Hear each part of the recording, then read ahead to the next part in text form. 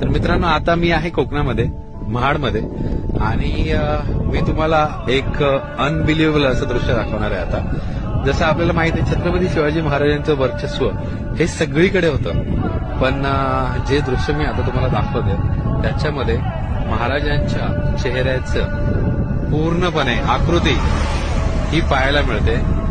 जी समोर पर्वतरांग आहे तिकडे बघा, महाराजांची जिरेटोप, त्याच्यानंतर डोळे, नाक, होठ आणि दाढी, हे सगळं बघा किती हुबेहूब पाहायला मिळतं.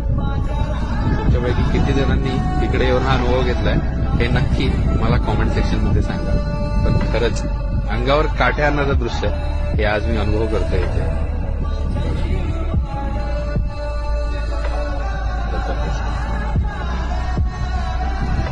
आहे की नाही?